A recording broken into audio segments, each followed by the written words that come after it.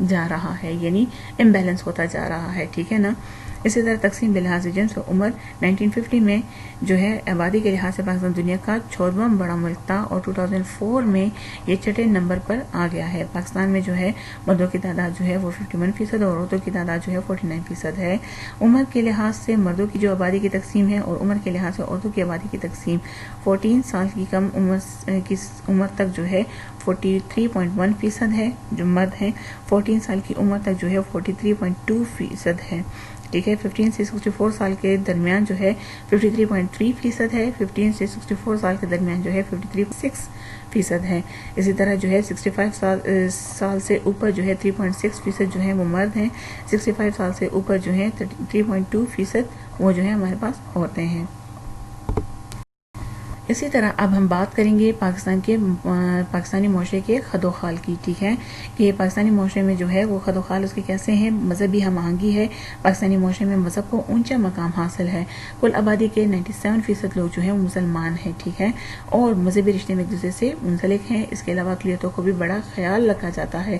اقلیتیں پاکستان کی سماجی زندگی میں اہم کردار ادا کرتی ہیں، یعنی جو مائنورٹیز ہوتے ہیں جو کم تعداد میں ہیں، ہمارے پاس ہندو ہو گئے ہیں، سکھ ہو گئے ہیں، عیسائی وغیرہ، تو ان کے حقوق کا بھی جو ہے خاص طور پر بڑا خیال رکھا گیا ہے، ٹھیک ہے۔ اسی طرح خاندانی نظام ہے، پاکستانی معاشرہ جو ہے خاندان پر مبنی ہے، لوگ مل جل کر کام کرتے ہیں اور خاندان کا سربراہ جو ہوتا ہے پورے خاندان کا حاکم ہوتا ہے۔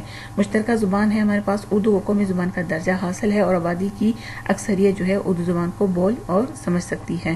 اس کے علاوہ جو ہے علاقائی زبانیں بھی ہیں، پنجابی ہے، سندھی ہے، پشتو ہے، بلوچی ہے، ہندکو ہے، سرائکی ہے، کشمیری وغیرہ بھی جو ہے موجود وغیرہ ہے جو اپنے اپنے علاقے کی ثقافت کی ترجمانی کرتی ہیں۔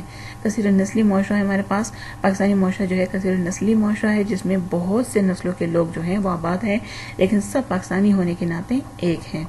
اسی طرح مرد کی فوقیت جو ہے، یعنی میل ڈومیننٹ سوسائٹی ہے، پاکستانی معاشرے میں مرد کو فوقیت حاصل ہے کیونکہ گھر کی کفالت جو ہے وہ مرد کی ذمہ داری ہوتی ہے۔ درجہ بندی ہے، پاکستانی معاشرے میں اختیارات یا فرائض کے لحاظ سے افراد میں درجہ بندی موجود ہے۔ پاکستانی معاشرے کو جو درپیش مسائل ہیں اب ہم نے وہ پڑھنا ہے۔ سب سے پہلے اس میں مسئلہ جو ہے وہ ہمارے پاس ہے جہالت، یعنی پاکستانی معاشرے کو جو ہے درپیش مسائل میں سب سے بڑا مسئلہ تعلیم کی کمی ہے، ٹھیک ہے۔ تعلیم ہر فرد کا بنیادی حق ہے، لیکن تاحال معاشرے کو جہالت کا سامنا ہے، یعنی بہت زیادہ مسئلہ جو ہے وہ جہالت کی وجہ سے ہے، تعلیم کا نہ ہونا ہے۔ دوسرا جو مسئلہ ہے پاکستانی معاشرے کو وہ ہے غربت جو ہے برائیوں کی جڑ ہے، یعنی سے مختلف قسم کی جو سوشل ایولز ہوتی ہیں جسے معاشرتی برائیاں کہتے ہیں وہ بہت زیادہ ہو گئی ہیں۔ وسائل کی کمی اور وسائل کا جو ہے وہ صحیح استعمال نہیں ہے، اس لیے لوگ جو ہے غربت کی زندگی گزارنے پر مجبور ہیں، جس سے کئی برائیوں کو جنم دیا ہے۔ صحت کے مسائل ہیں، صحت کی سہولتیں جو ہیں مثلا ہسپتال ہو گئے ہیں، ڈاکٹرز ہیں، ٹھیک ہے، ادویات کی کمی کی وجہ سے لوگ جو ہیں کئی بیماریوں میں مبتلا ہو کر بے وقت موت کا شکار ہو جاتے ہیں، یعنی سرکاری اسپتال میں وہ جاتے ہیں تو اس طرح کی بیسک جو ہے وہ سہولیات نہیں ملتی، اور نجی جو ادارے ہیں تو اس میں بھی جو ہے وہ کافی مہنگی ہوتی ہیں، تو اس وجہ سے وہ افورڈ نہیں کر سکتے۔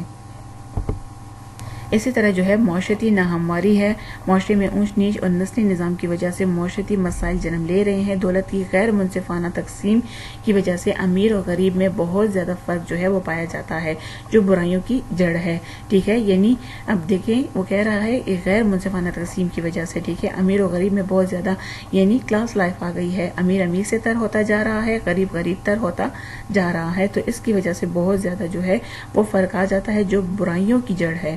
جاگیرداری نظام ہے، یعنی زمینیں اور جائیدادیں جو ہیں وہ جاگیرداروں کی ملکیت ہیں اور غریب کسان اور کاشتکار جو ہے محرومیت کا شکار ہیں۔